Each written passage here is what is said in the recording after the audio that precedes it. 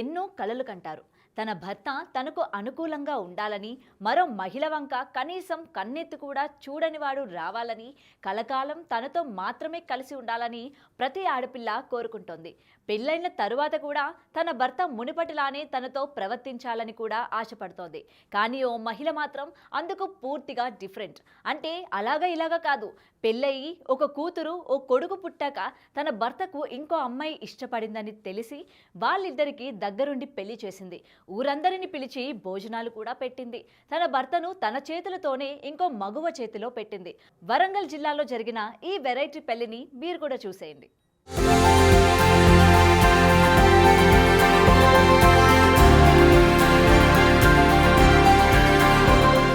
అగ్నిసాక్షిగా తాళికట్టిన భర్తకు వేరే అమ్మాయితో దగ్గరుండి పెళ్లి చేసింది భార్య. బంధువులు, స్నేహితుల్ని పిలిచి మరీ వివాహ వేడుకను ఘనంగా నిర్వహించింది. ఇదేంటని ఆశ్చర్యపోకండి, దీని వెనక ఓ పెద్ద స్టోరీ ఉంది. అంతకంటే ఓ మంచి ఆలోచన కూడా ఉంది. మహబూబాబాద్ జిల్లా విన్నుగూడూరు మండలం ఉగ్గంపల్లి గ్రామానికి చెందిన దాసరి సురేష్, సరితలకు చాలా ఏళ్ల క్రితమే వివాహమైంది. వీరికి ఓ కుమారుడు, కుమార్తె ఉన్నారు. జీవితం సాఫీగా సాగిపోతోంది. అదే ఊళ్ళో భక్త మార్కండేయ గుడి వీధికి చెందిన లాకా పద్మ వీరస్వామి దంపతుల చిన్న కుమార్తె సంధ్య సురేష్కి వరుసకు మరదలవుతోంది. ఆమె మానసిక వికలాంగురాలు.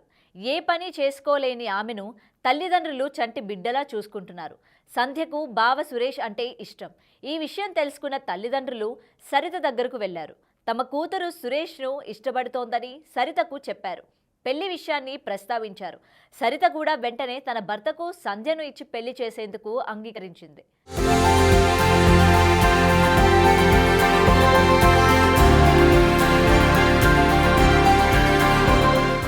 భక్త మార్కండేయ ఆలయంలో బంధుమిత్రుల సమక్షంలో సురేష్ సంధ్యలకు ఘనంగా వివాహం చేసింది. అయితే భార్య స్వయంగా భర్తకు రెండో వివాహం జరిపించడం టాక్ ఆఫ్ ద టౌన్ అయింది. అలాగే ఈ పెళ్లిని కవర్ చేసేందుకు మీడియా కూడా అక్కడికి వెళ్ళింది.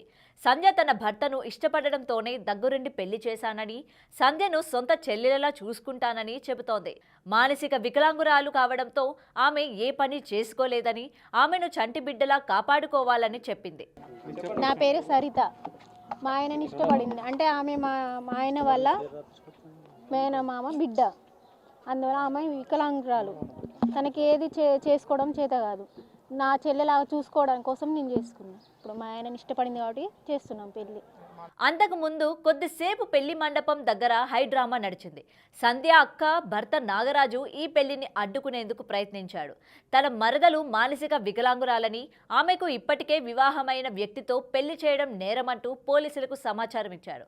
పోలీసులు వివాహం జరుగుతున్న ఆలయానికి చేరుకొని ఆధార్ కార్డు పరిశీలించారు. పెళ్లి కూతురు మేజర్ అని, ఇద్దరూ ఇష్టపూర్వకంగా పెళ్లి చేసుకుంటుంటే తాము ఆపలేమని చెప్పారు. డైల్ 100కి ఫోన్ చేసిన నాగరాజుకు మందలించి అక్కడి నుంచి పంపించారు. అయితే పోలీసులు రెండో పెళ్లిని సమర్థించడం కరెక్టేనా అని చర్చ కూడా జరుగుతోంది. నా పెళ్లి కార్యక్రమంలో ఆ పెళ్లి కూతురు తండ్రికి ఇద్దరు అమ్మాయిలు. ఆ అమ్మాయిలలో ఒక అమ్మాయి వికలాంగు, ఒక అమ్మాయి మంచిగానే ఉంటుంది. ఆమె పెళ్ళి అయిపోయింది.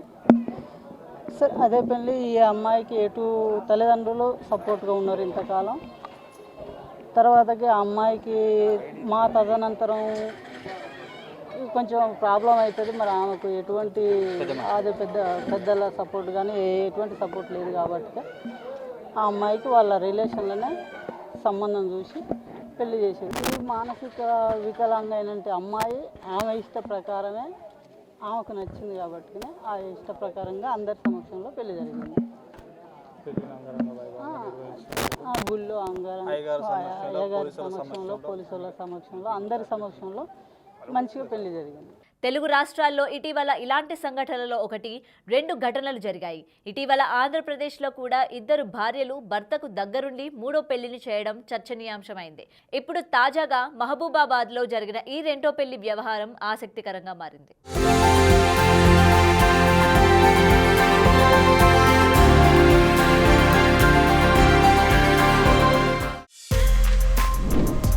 For more videos like this, subscribe Big TV channel.